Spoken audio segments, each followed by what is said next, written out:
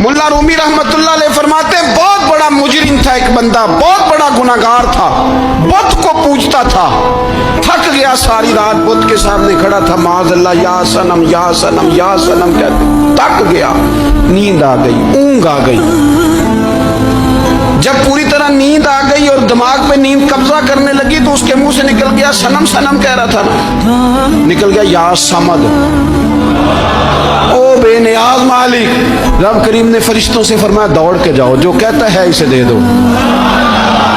फरिश्ते कहने लगे मालिक तो बुत को पुकार रहा था, उसने तो गलती से नाम लिया है। फरमाया मुझे नहीं पता, लेकिन देखो ना उसने मुझे पुकारा तो है ना, कितनी देर से झूठे को पुकार रहा था, इसका मामला हल नहीं हुआ। अब अगर सच्चे को पुकारने पे भी हल ना हुआ तो फर्क क्या रह जाएगा। दे दो जो मांगता है, दे दो।